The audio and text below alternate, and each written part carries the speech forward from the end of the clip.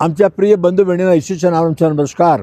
सर्वे सरगा संगे सकाळ हा कार्यक्रमासाठी तुम्हाला स्वागत करीत आहे. परमेश्वर किती चांगला आहे बघा. आपण प्रार्थनाबद्दल वाचत आहे.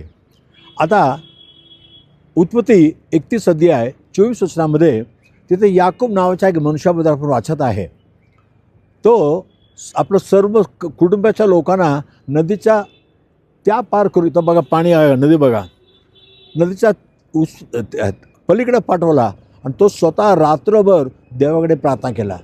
त्यांनी काय प्रार्थना केला?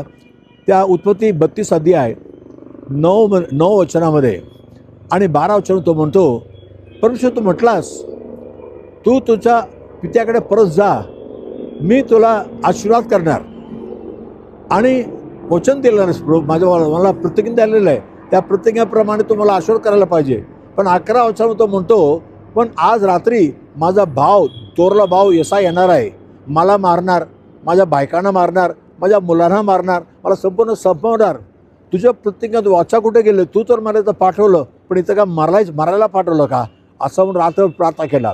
आणि रात्र असं झालं, देवा त्याच्या प्रार्थना ऐकून आला आणि म्हणतो, अरे सकाळ झाला जाऊ. तेव्हा म्हणून नाही, जाऊ देणार नाही, मला आशीर्वाद कर. म्हणून देवाने त्याला आशीर्वाद केला. त्याचं नाव याकूब होता, त्याला इस्रायल बनवला. याकूबचं नाव काय? त्याचा अर्थ काय? की डोंगी फसवणारा. आणि इस्रायल काय? राजकुमार. एक रात्रीच्या प्रार्थनामध्ये त्याचं जीवन बदलला. आणि ज्या भावाबद्दल त्याला भीती होती, तो भाव सकाळी आला, त्याच्या उरेशी घेतला आणि शांती झाला बघा. त्याची भीती निघून गेली. मरणार का भीती होती, भीती निघून गेली आणि सर्व काही जीवनामध्ये बदल झाला. तर जीवन त्या याकूबपासून इस्रायल झाला आणि त्याच्या जीवनामध्ये प्रकाश पडला. तुमच्या जीवनात ते होणार. पण याकूबासारखा तुमच्या पापाच्या क्षमा मागा, देवाकडे क्षमा करणार. प्रार्थना करूया. आमच्या प्रिय देवा, आपण धन्यवाद प्रभू. आणि आज या सर्व सकाळ या कार्यक्रमात प्रार्थना करतो. आणि प्रभू याकूबासारखं जे काय प्रार्थना करतात, प्रभू मला वाचव, माझ्या पापाला क्षमा कर आणि माझा सर्व विपद मला दूर कर आणि माझ्या जीवनामध्ये आशीर्वाद देऊ दे. याकोबाला इस्रायल बनवून तो आशीर्वाद दिला, तसं यांना आशीर्वाद दे.